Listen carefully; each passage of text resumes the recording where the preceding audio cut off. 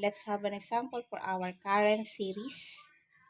Wherein the given is 10 voltage, and then we have the positive here, and then we have a negative. So that our resistor we have three given resistors. We have 8 ohms. Second resistor we have 8 ohms still, and then for our third resistor we have 4 ohms. So the formula indicated for this current series would be R total or R equivalent is equal to R sub 1 plus R sub 2 plus R sub 3. While for our voltage, we're going to add all the voltage for this first resistance, for the second resistance, and for the third resistance. As you notice, with our current, with having the same here, and then the same here, tong current na to, the same lang yan, equal lang din yan. Kung ang current nito ay 5, possible ito ay 5, possible din ito ay 5 current. So, first we have to identify the total resistance first by substituting the given value. So, we have R is equal to the value for our R sub 1, we have 8 columns, 8 omega, 8 ohms plus 8 ohms again, plus 4 ohms. And we have 8 plus 8, we have 16, plus 4, we have 20 ohms. So the total resistance that we have is 8 ohms. Now we're going to proceed to the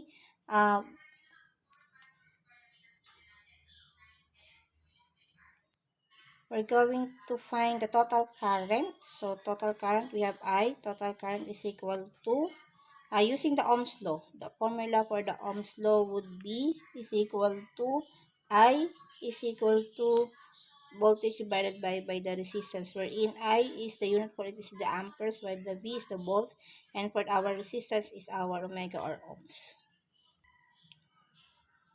Substitute the given value for our total current. We have B total divided by the R total. So the B total that we have already given, which is 10 volts.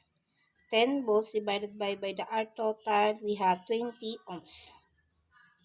So 10 divided by 20, we have 0.5. Dahil current, we have ampere. As we said, that the current that we have is I. The total current that we have is I1 is equal to I2. I1 is equal to I2 is equal to I3. So they are equal. So therefore, we're going to find the voltage for this example. In order to find the voltage, what to do is the formula using the Ohm's law. So we're going to find the voltage. So I is equal to V over R. We need to find I. So cross multiply. IR is equal to V. This is now the formula for our voltage.